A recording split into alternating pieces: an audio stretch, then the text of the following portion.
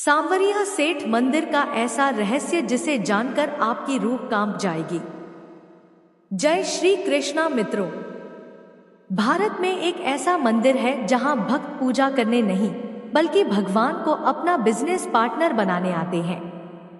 एक ऐसा मंदिर जहां हर साल करोड़ों का दान आता है, और ना सिर्फ रुपए में बल्कि सोने, चांदी और यहाँ तक कि फॉरेन करेंसीज जैसे डॉलर्स में। तो आखिर कौन है वह देवता जो सिर्फ आशीर्वाद नहीं देते बल्कि डूबते हुए बिजनेस को करोड़ों के मुनाफे में बदल देते हैं? यह है राजस्थान के मंडफिया गांव में बसा सांवरिया सेठ मंदिर, जिसे भारत का बिजनेस गॉड भी कहा जाता है। जहां लोग अपनी कंपनी की रजिस्ट्री, पार्टनरशिप डीड और टर्नओवर की बैलेंस शीट लेकर आते हैं और सांवरिया सेठ जी को अपने मुनाफे में हिस्सेदार बनाते हैं। साथ ही करोड़ों की डील भी साइन की जाती है। लेकिन रुकिए, इस चमकदमक और करोड़ों के चढ़ावे के पीछे एक ऐसा गहरा इतिहास और रहस्य छिपा है जो आपको चौंका कर रख देगा। क्या आप जानते हैं कि जिस मूर्ति की आज दुनिया दीवानी है, आखिर वह मूर्ति यहाँ आई कहाँ से? क्या सच में एक ही रात में 3 लोगों को एक जैसा सपना आया था? और आखिर कौन है सांवरिया सेठ और इनका सुदामा से क्या संबंध है? साथ ही इस मंदिर का इतिहास हमें सन 1500 में यानी कि मीराबाई के पास ले जाता है। तो आखिर सांवरिया सेठ का मीराबाई के साथ क्या संबंध है? और क्या हुआ जब औरंगजेब की क्रूर सेना ने यहाँ आक्रमण किया? और क्या हुआ जब अन्नकूट महोत्सव में प्रसाद में मिलावट की गई? क्यों कहा जाता है कि सेठ जी बेड़ा पार लगा देते हैं? साथ ही यह भी जानेंगे कि मंडफिया का त्रिकोण क्या है, क्या रहस्य है मंडफिया, भादसोड़ा और छापर मंदिर का। क्या सच में 3 धामों के 3 अलग अलग प्रभाव बताए जाते हैं? हम आपको ले चलेंगे आसोतिया के उस रहस्यमयी शनि मंदिर में जहां तेल के विशाल कुंड भरे हैं, और जानेंगे कि क्या वाकई वहां का तेल लाइलाज चर्म रोगों को ठीक कर देता है। और सबसे बड़ा सवाल, सोशल मीडिया पर दावा किया जाता है कि सांवरिया सेठ का अपना बैंक अकाउंट है, तो आखिर मंदिर में चढ़ने वाले अरबों रुपयों और सोने चांदी का असली सच क्या है? एनडीटीवी की 6 दिसंबर 2024 की एक रिपोर्ट के अनुसार मंदिर में 1 किलो सोने के बिस्किट, 23 करोड़ रुपए कैश और साथ ही चांदी के ताले और बांसुरी चढ़ाई गई थी। यह केवल एक घटना नहीं, बल्कि इस मंदिर में हर साल ऐसे ही करोड़ों का दान आता है। तो सबसे बड़ा सवाल यह है कि आखिर इन पैसों की देखरेख कैसे होती है और आखिर इन पैसों का क्या क्या जाता है?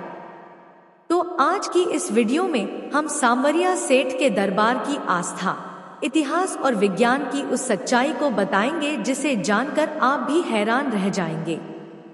तो चलिए चलते हैं सांवरिया सेठ के दरबार में। लेकिन उससे पहले अगर आपको वीडियो अच्छी लग रही है तो इसे एक लाइक जरूर करें। साल था 1840। राजस्थान के चित्तौड़गढ़ क्षेत्र में एक साधारण और शांत गांव था भादसोड़ा, और उसी गांव में एक रात भोलाराम गुर्जर नाम के एक साधारण ग्वाले को एक ऐसा सपना आता है जिसने पूरे गांव की नींद उड़ा दी। एक रात जब भोलाराम गहरी नींद में थे, तभी उन्हें एक रहस्यमयी सपना आता है। सपने में उन्होंने देखा कि भादसोड़ा बागुण गांव की सीमा के पास जमीन के नीचे एक बेहद भव्य और काले रंग की सुंदर मूर्ति दबी हुई है। तभी उस सन्नाटे को चीरते हुए एक गूंजती हुई दिव्य वाणी सुनाई दी, मुझे बाहर निकालो, मैं सिर्फ तुम्हारा नहीं, हजारों लोगों का भाग्य बदलने आया हूं।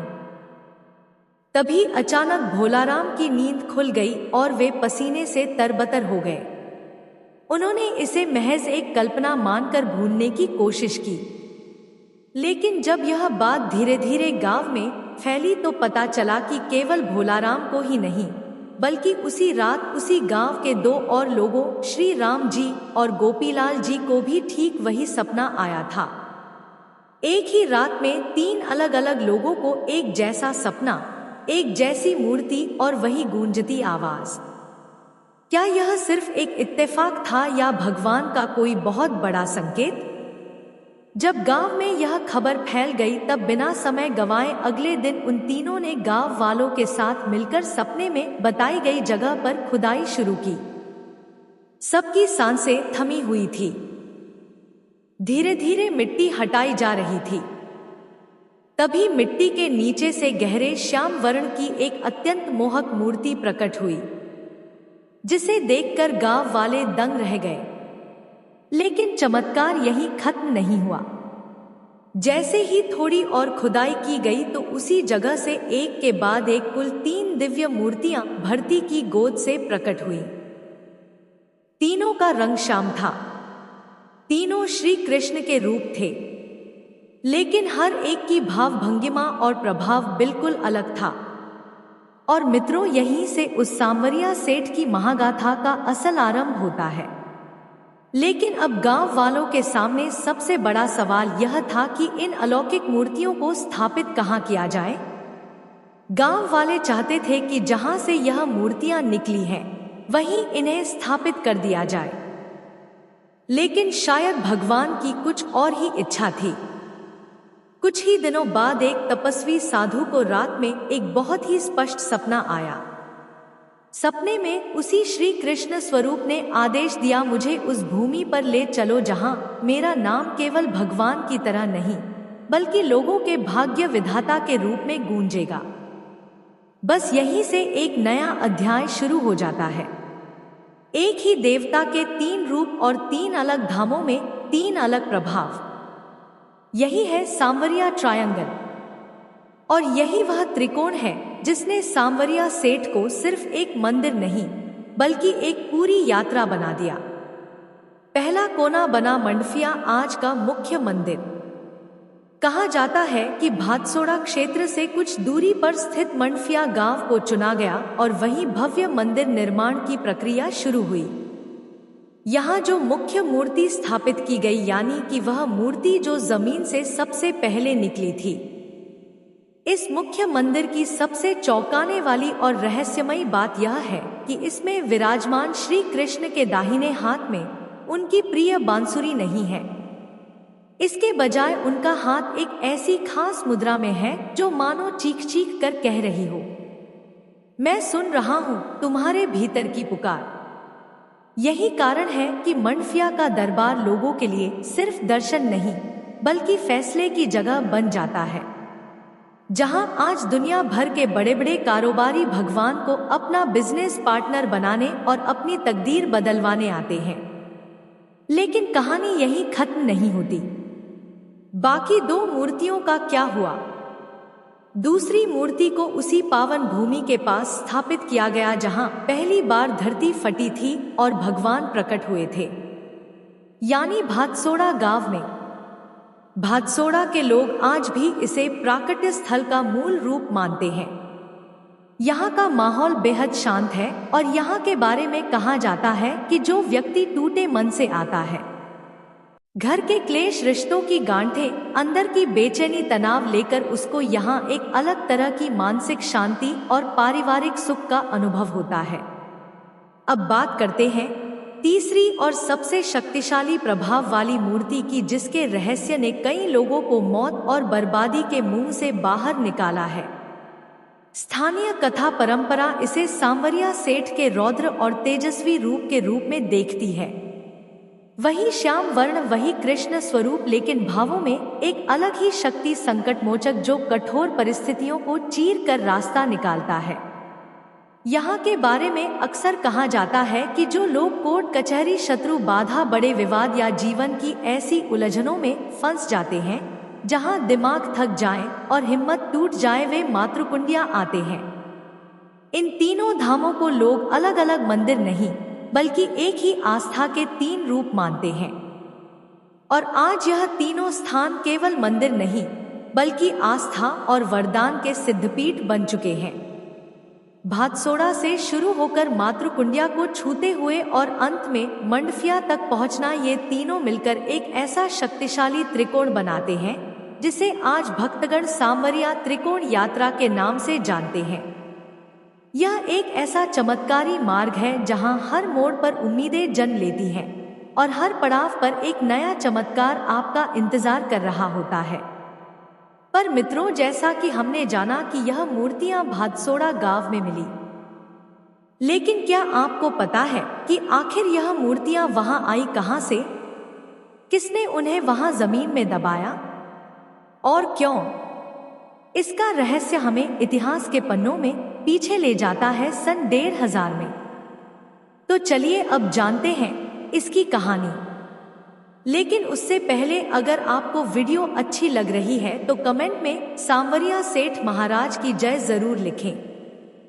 सांवरिया सेठ के इस अद्भुत रहस्य को पूरी तरह से समझने के लिए हमें इतिहास के पन्नों को थोड़ा पीछे पलटना होगा और जाना होगा 16वीं सदी में, जहां एक नाम चमकता था भक्त शिरोमणि मीराबाई का। इन रहस्यमय मूर्तियों का सीधा संबंध भक्त मीराबाई से बताया जाता है, जो सांवरिया सेठ की अनन्य भक्त थी। यह वही साक्षात मूर्तियां हैं जिन्हें मीराबाई अत्यंत प्रेम और श्रद्धा से गिरधर गोपाल कहकर पुकारती थी। ब्रिटानिका के अनुसार मीरा का जन्म लगभग 1498 में हुआ माना जाता है। विवाह 1516 में मेवाड़ में हुआ। पति की मृत्यु 1521 के आसपास मानी जाती है और आगे का जीवन उनके लिए भक्ति, वैराग्य यात्राओं और अंतः द्वारका की ओर एक रहस्यमयी अंतर्धान जैसी कथा में बदल जाता है। वैसे अगर आप मीराबाई की पूरी कहानी जानना चाहते हैं तो इसके बाद आप चैनल पर जाकर यह वीडियो जरूर देखें, ताकि आप भक्त शिरोमणि मीराबाई की असली कहानी को जान सकें। अब हमारे विषय पर वापस आएं तो कुछ ऐतिहासिक और धार्मिक संदर्भों के अनुसार मीराबाई संतों की टोली के साथ घूम घूम कर इन्हीं दिव्य मूर्तियों की भक्ति किया करती थी। लेकिन अब आता है कहानी का दूसरा हिस्सा। मीरा के बाद इन मूर्तियों का हुआ क्या? अब यहीं से प्रवेश होता है संत दयाराम का। स्थानीय कथाओं के अनुसार मीराबाई के बाद यह मूर्तियां संत समाज की धरोहर बन गई और उनकी सेवा सुरक्षा की जिम्मेदारी संत दयाराम पर आ गई। दयाराम जी के पास श्री कृष्ण की यह 3 दिव्य मूर्तियां मौजूद थी, जिनकी वे अपने प्राणों से भी बढ़कर सेवा और रक्षा करते थे। लेकिन यह दौर भारत के इतिहास के सबसे उथल-पुथल भरे समय का था। उत्तर भारत और राजपूताना में सत्ता संघर्ष और धार्मिक संस्थानों की सुरक्षा सब कुछ अस्थिर था और इसी समय आता है मुगल शासक औरंगजेब। औरंगजेब के शासनकाल में यानी कि लगभग 1658 से 1707 में आक्रमण का भयंकर दौर चल रहा था। औरंगजेब हिंदू मंदिरों का कट्टर दुश्मन था। उसने कई हिंदू मंदिरों को ध्वस्त किया और जब उसकी सेना मेवाड़ की पवित्र धरती पर पहुंची तो उन्हें किसी तरह इन चमत्कारी मूर्तियों का पता चल गया, जिसके बाद औरंगजेब इन्हें खंडित करने के लिए ढूंढने लगा। संत दयाराम को इस भयानक खतरे का आभास हुआ। उन्होंने भगवान की इस अमूल्य धरोहर को बचाने के लिए भादसोड़ा बागुंड के छापर मैदान का रुख किया और वहां खड़े एक विशाल वटवृक्ष के नीचे गहरा गड्ढा खोदा। उसी गुप्त स्थान पर उन्होंने प्रभु की उन 3 मूर्तियों को जमीन में छिपा दिया ताकि कोई भी आक्रांता उन तक न पहुंच सके। समय बीता और एक दिन संत दयाराम का भी निधन हो गया और उसी के साथ मूर्तियों के छिपे होने का वह गहरा राज भी उनके साथ हमेशा के लिए चला गया। इसके बाद यह मूर्तियां कई 100 सालों तक उसी जमीन के सीने में शांति से दबी रहीं, मानो किसी सही समय और सही भक्त के आने का इंतजार कर रही हो। और फिर जैसा कि मैंने बताया, यह मूर्तियां 1840 में मिली और तब से यह सांवरिया सेठ के नाम से पूजी जा रही हैं। लेकिन अब मन में एक सवाल उठता है कि अगर मीराबाई इन्हें गिरधर गोपाल के नाम से पुकारती थी और ज्यादातर लोग भगवान श्री कृष्ण को जानते हैं, तो फिर यहाँ के सांवले श्याम का नाम सांवरिया सेठ क्यों पड़ा? आखिर इसके पीछे क्या रहस्य है? तो चलिए अब जानते हैं इसकी असली कथा, जो हमें सीधा द्वापर युग में ले जाती है। अब चलिए उस कथा की तरफ चलते हैं जिसने सांवरिया को सिर्फ श्याम नहीं रहने दिया बल्कि उन्हें सेठ बना दिया। सुदामा कृष्ण की मित्रता की कहानी तो अधिकांश लोग जानते हैं और इसका सबसे प्रसिद्ध स्रोत श्रीमद् भागवत महापुराण है, विशेषकर दशम स्कंध, जहां सुदामा के द्वारका आने, कृष्ण द्वारा उन्हें आदर देने और फिर उनके जीवन में परिवर्तन का वर्णन मिलता है। लेकिन मंडफिया की परंपरा इसी मूल कथा के साथ एक लोक आस्था का नया मोड़ जोड़ती है। स्थानीय लोक कथाओं के अनुसार जब दरिद्रता से जूझते हुए सुदामा अपने सखा श्री कृष्ण से मिलने के लिए द्वारका पहुंचे तो राजमहल के ठाट बाट देखकर वे संकोच में पड़ गए और जब उनके सामने थाल में 56 भोग परोसे गए तो सुदामा की आंखों में आंसू आ गए और उन्होंने यह कहकर उस राजसी भोजन को खाने से मना कर दिया कि उनके गांव में उनकी पत्नी सुशीला और बच्चे कई दिनों से भूखे होंगे। कहा जाता है कि यह सुनकर भगवान श्री कृष्ण उसी वक्त एक बहुत ही अमीर और दयालु व्यापारी का रूप धारण करके सुदामा के गांव पहुंच गए, जिन्हें सांवले शाह कहा गया। सांवले शाह बने श्री कृष्ण एक बैलगाड़ी में खाने पीने की ढेर सारी सामग्री भरकर सुदामा के गांव पहुंचे और वहां ढोल ताशे बजाकर पूरे गांव में घोषणा करते हुए कहा, सुनो सुनो, ठाकुर सांवले शाह सेठ जी के घर पोते ने जन्म लिया है। इस महाखुशी के मौके पर पूरे गांव में एक विशाल महायज्ञ का अनुष्ठान किया गया है जो 10 दिनों तक चलने वाला था। ठाकुर सांवले शाह ने यह भी घोषणा कर दी कि गांव के 10 से 10 कोस के दायरे में आने वाले सभी ब्राह्मण परिवारों को तीनों समय का भोजन और स्वादिष्ट मिष्ठान खिलाया जाएगा। सुदामा की पत्नी वसुंधरा, जो अपने भूखे बच्चों को देखकर भोजन मिलने की हर उम्मीद छोड़ चुकी थी, इस घोषणा को सुनकर खुशी से रो पड़ी। इस तरह सांवले शाह का रूप धरकर श्री कृष्ण ने सुदामा के परिवार को भरपेट भोजन कराया। अब सवाल उठता है, इस कथा में शाह और सेठ जैसे शब्द क्यों आते हैं? दरअसल सांवला तो कृष्ण के श्याम वर्ण से जुड़ा शब्द है, लेकिन शाह या सेठ समाज में उस व्यक्ति की पहचान है जो संपन्न हो, व्यवस्था कर सके और जरूरत पड़ने पर दूसरों का सहारा बने। इसीलिए लोक परंपरा में यह रूप सांवले शाह कहलाता है और आगे चलकर यही भाव मंडफिया में सांवरिया सेठ के रूप में स्थायी हो जाता है और आज यह सांवरिया सेठ करोड़ों लोगों के बिजनेस पार्टनर माने जाते हैं। इसी कारण सोशल मीडिया पर अक्सर यह दावा किया जाता है कि सांवरिया सेठ का अपना बैंक अकाउंट है और क्या सच में इस मंदिर की दीवारें सोने की हैं? तो चलिए अब जानते हैं इसकी सच्चाई। जब आस्था और चमत्कारों की कहानियां दूर दूर तक फैलती हैं, तो उनके साथ कुछ अफवाहें और मिथक भी जन्म लेते हैं। सांवरिया सेठ के बारे में सबसे बड़ा भ्रम जो अक्सर लोगों के बीच और इंटरनेट पर फैला हुआ है वह यह है कि राजस्थान का यह चमत्कारी मंदिर पूरी तरह से ठोस सोने का बना हुआ है। जब कोई भक्त पहली बार इस मंदिर में कदम रखता है तो वहां की चकाचौंध और झिलमिलाती सजावट देखकर सचमुच यही धोखा खा जाता है कि वह सोने के महल में खड़ा है। लेकिन सच्चाई कुछ और है जो इसकी भव्यता से भी कहीं ज्यादा सुंदर है। दरअसल चित्तौड़गढ़ के मंडफिया में स्थित इस मंदिर की वास्तुकला पूरी तरह से पारंपरिक राजस्थानी शैली में बनी है, जिसका मुख्य ढांचा मजबूत पत्थरों और अन्य सामान्य धातुओं से तैयार किया गया है। लेकिन जो बात इस मंदिर को अलौकिक और सोने सा चमकीला बनाती है वह है इसका गर्भगृह, जहां भगवान सांवरिया सेठ की मुख्य मूर्ति विराजमान है। उसके ठीक पीछे की दीवारों पर भव्य स्वर्ण सज्जा की गई है। सोने के साथ साथ चांदी, बहुमूल्य मणियों और कीमती पत्थरों की कलात्मक नक्काशी का ऐसा अद्भुत मेल किया गया है कि पूरा गर्भगृह एक जीवंत स्वर्ग जैसा प्रतीत होता है।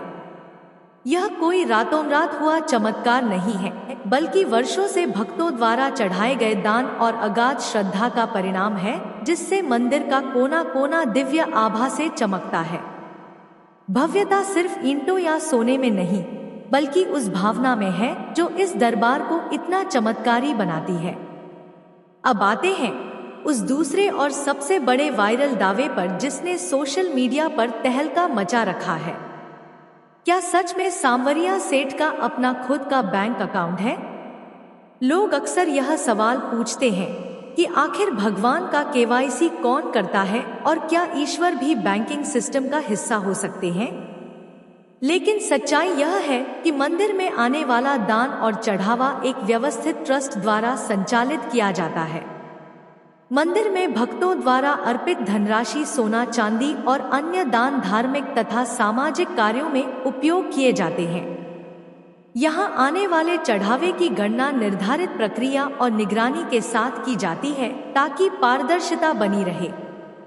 लेकिन सबसे बड़ा सवाल आखिर भगवान के पास जाने वाले इन करोड़ों रुपयों का होता क्या है?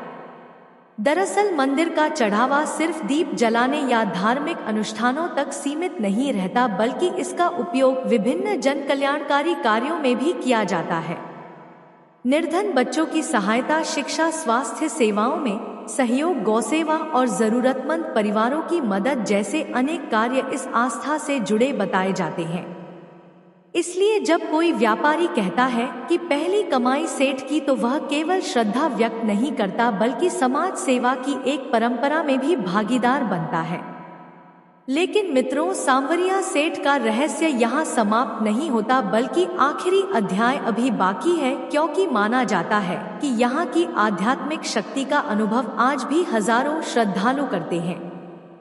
सांवरिया सेठ के दिन के उजालों में होने वाले चमत्कारों और करोड़ों की आस्था की कहानी तो पूरी दुनिया जानती है।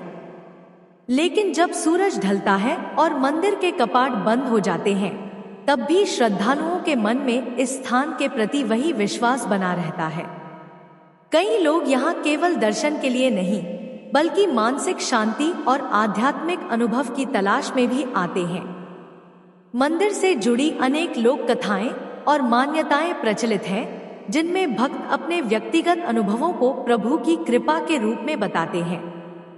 कोई अपने व्यापार में सफलता का श्रेय देता है, तो कोई जीवन की कठिनाइयों से बाहर निकलने को सांवरिया सेठ की कृपा मानता है। यही अटूट विश्वास इस दरबार को करोड़ों लोगों की आस्था का केंद्र बनाता है। इसी आध्यात्मिक यात्रा में एक ऐसा बोनस रहस्य भी जुड़ा है, जिसके बिना सांवरिया सेठ की यात्रा अधूरी मानी जाती है।